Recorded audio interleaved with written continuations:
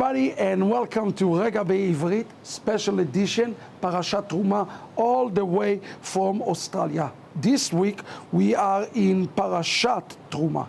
Now, in the beginning of the portion, in the very first 7 verses, we read about the construction of the Mishkan, of the tabernacle of God. Now, each one of the tools that were used to establish the Mishkan had to do either with the clothing of Aaron or to the establishment of the tabernacle. I would like to pick up the conversation with you today in 25 verse 8.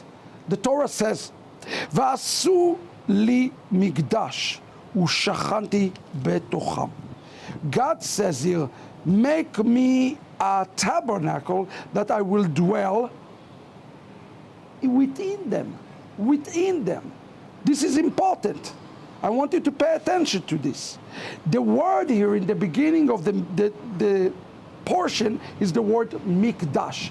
The word mikdash is rooted in the word kadosh, holiness. If you remove the letter kuf from the holiness of the establishing the house of God, you ended up with Shemad, Shin Mem Daled.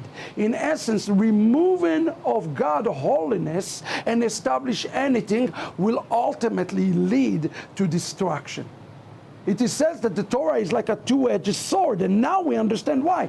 Because if we are to truly remove holiness, it's going to lead us to destruction. And here in the Torah, it is says, and I am to tabernacle not among them, but rather with them. The Hebrew word here that is used in the text is the word betocham. God's ultimate agenda was to tabernacle inside the house of Israel. The word toch means in Hebrew from within. Now, I want you to understand that in the following context. God wanted us to establish a Mishkan. The word Mishkan in Hebrew is rooted in the word Shechina or Shachen, a neighbor. God's desire is to be the Shachen of each and every one of us, to be the neighbor of the entire house of Israel. But in order to do that, we have to prepare him the house.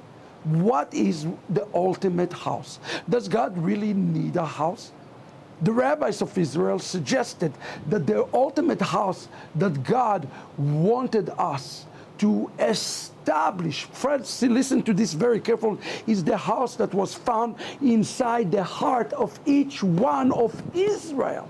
In answer, the word betocham is used because God wanted through the action to see a transformation in the entire house of Israel so that he can come and tabernacle with us and through us. This is an important lesson for each and every one of us today. So what did he do? He asked the children of Israel to make him Hamikdash.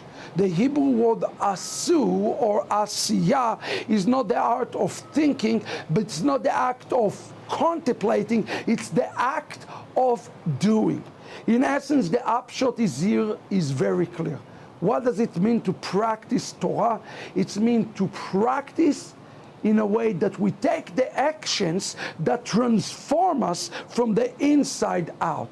The asiyah, which is the external, should lead to an transformation which is internal, so that we are able to receive the Lord as the true one who transformed each and every one of us. So what was God's ultimate agenda? To see a transformation in the life of the entire house of Israel. I sincerely hope that each one of us, through the action, the doing, the letting our light shine before men, that they see our good deeds and praise our Heavenly Father in heaven, will cause transformation in the world outside itself and in our own universe, in our own world, in our own heart. Let us transform the world, and through the transformation of the world, let us be transformed ourselves. God bless you. This is the Regah בעברית from Australia. Shalom, everybody.